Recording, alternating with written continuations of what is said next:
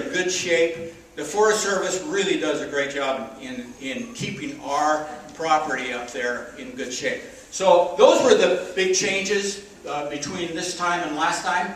And this group was the most magnificent group I've ever done anything with. We got to know each other up close and personal, and I would follow them anywhere except Mount Baker.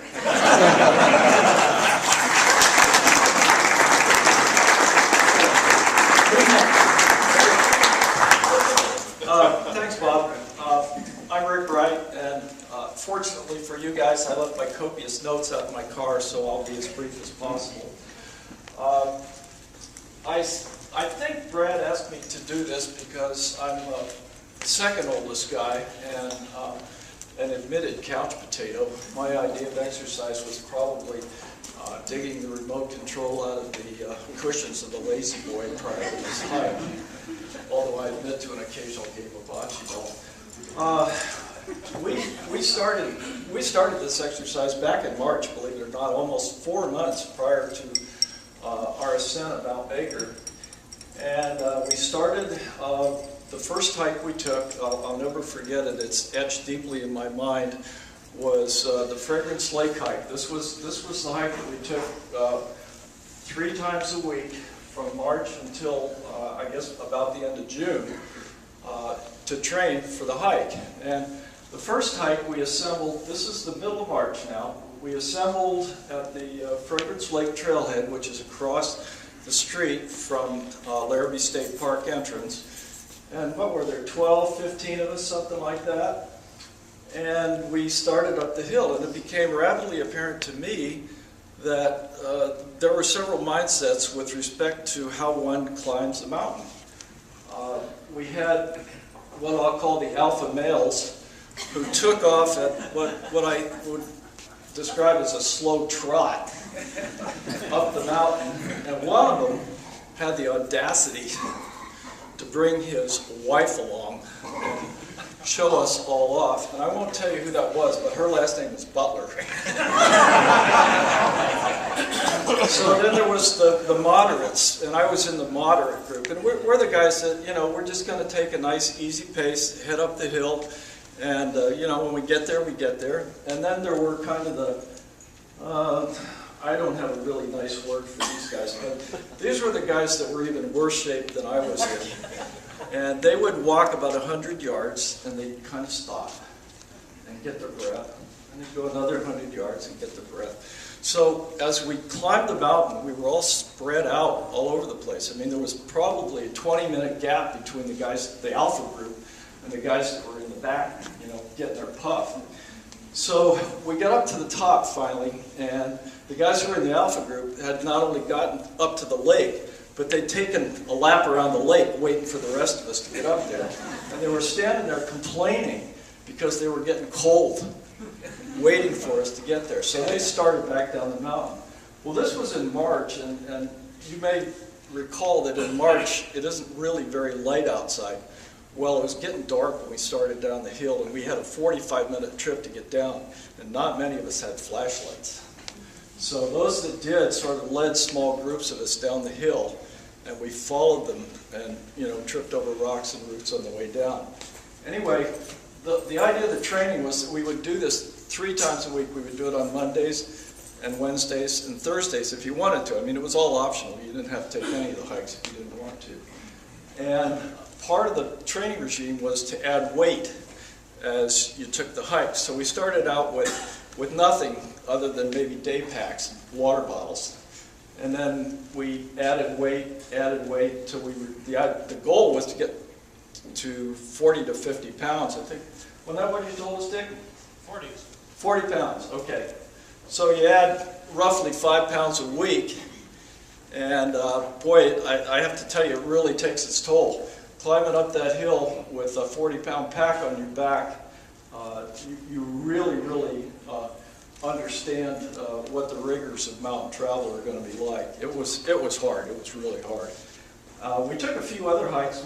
We climbed up to Pine and Cedar Lakes one Sunday, and we did the Oyster Dome on a Sunday. That was a real bear. That hike. It's full of rocks, and exposed tree roots. It's like kind of climbing up a dry waterfall. It's a tough hike.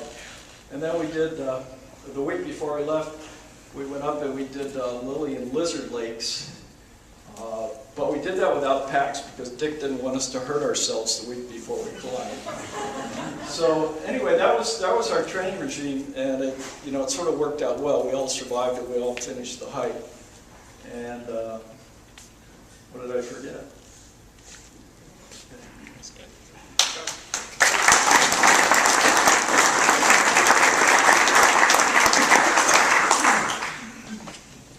Thanks, Rick.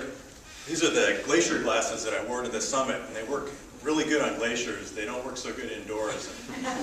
And about all I can see right now is those of you that have gray hair, so take them off. It was a great experience, had a lot of fun, and it's definitely something that I'm really proud of. And I've done a lot of climbing. I've been up Mount Baker many times, and when Dick first mentioned the club climb, I offered to help out, and I asked him how many people he thought would go on this thing, and he said, oh, probably 6 or 8. And on our first training hike, there was about 15 people that showed up, and ultimately there was about 20 people that were really interested in doing this thing. And I asked him as we were going through our training, our couple months of preparation, how many people we thought would end up actually going. And he said, oh, maybe 10. And we got down to the day of, and there was 18 people that were ready to go. And I've been on a lot of climbs with larger groups, and it's really common that when you get 10 or more people up on a mountain, they don't all make it. They have to turn around for various reasons. And I'm just really proud that our group of 18 climbers all made it up and all made it back down, and we worked together as a team and had a great time.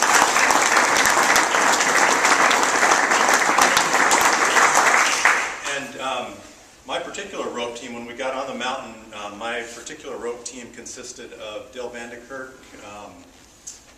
Doug Cole, Brad Burdick, and Sandy McIntyre. I don't think he's here today. And when we got to the mountain, we actually roped up, and we had a specific order. We had Dale and Brad and Sandy were kind of in the middle, and they were carrying all the rescue gear. So if we got into trouble, we would have the tools necessary to save ourselves. I was in the back end so that I could stop a fall if we had a problem and establish some kind of a rescue system.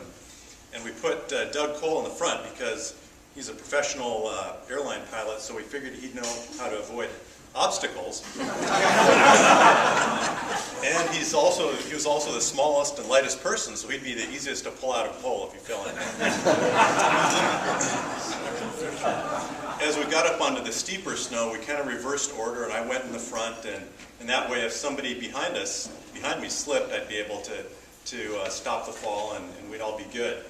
And fortunately, with all of our training and practice and preparation, we made it up and down without any serious mishaps, a couple slips here and there, and probably the worst things that we had to deal with were blisters and some very serious sunburns after we were done. So it was a great experience, and I think we have a lot to be proud of. And for me, I always leave these things with a few memories and a few images, and I've got a few of those. And one of the memories I had was the loud and persistent snoring that came from Gregor's tent. Nobody admitted to it.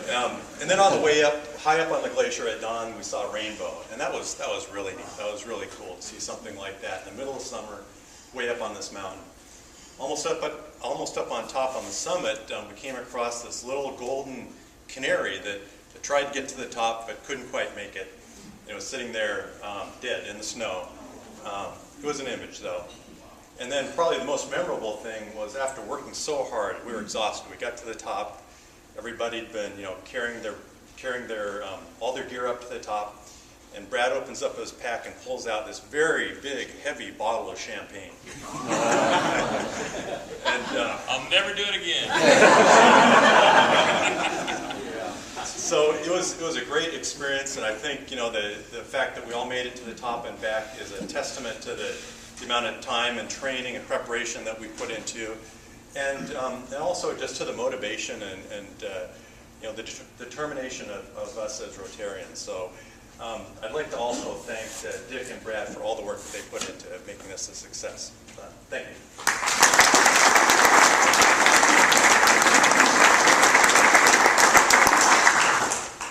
I'll give one or two real quick stories.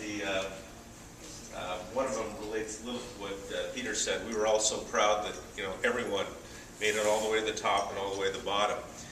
But just as we kind of climbed up and around a ridge and got to a little saddle and popped up another little ridge, and then you're staring at this thing called the Roman Wall. And it just goes up and up and up and up and up and up. So we head up the Roman Wall, and this is the first time I'm starting to have some thoughts, are we going to make it or not, you know? And these young guys had been at the base camp. They were the guys in the yellow tent probably further back there. Were all about 18, 23 years old, and they got up at midnight and ran up the hill, and so they were coming back down, and I think our leader James looked at him and goes, how was it? How was the summit? The guy in front's going, didn't make it. So what happened? He goes, I'm sick. So we head up about another 40 or 50 feet, and we pass the remnants of his experience. And we take another switch back, and we take one more, and I look down, and there's this little dead, looked like a canary to me. And I started to think about the canary in the coal mine, and the college guys throwing out that. Are you sure we want to go all the way to the top?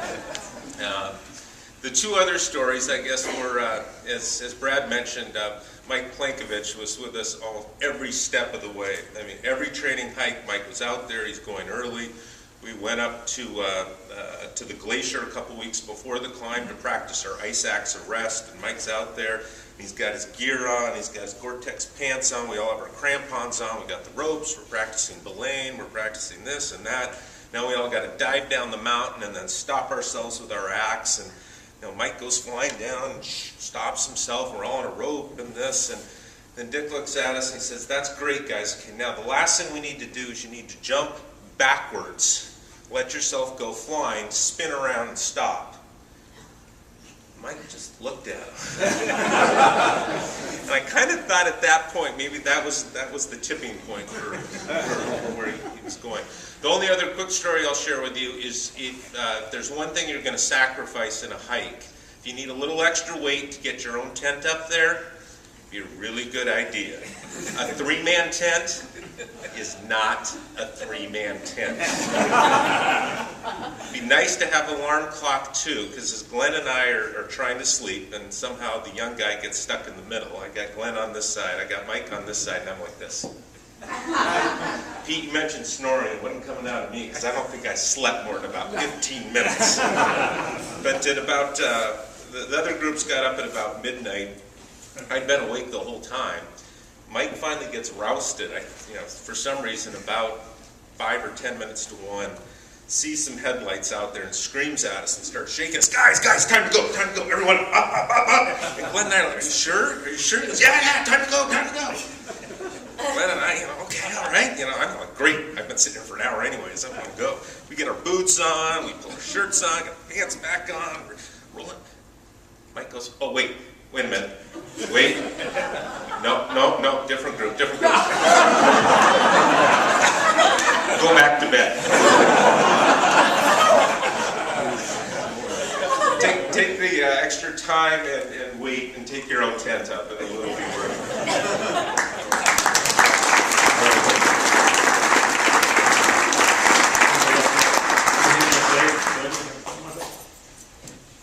Well, I will say my wife did go along on a lot of those hikes, and at the end of all of this training, I can say that I can beat her to Fragrance Lake now. And I couldn't at the beginning, but I do want to thank all the guys that took us up there. It was a spectacular trip, and it really gave us a lot of confidence, all the training, to get up the mountain. And I didn't believe we would make it at the beginning either. And when we did go up Fragrance Lake, I remember we had no weight on the first time.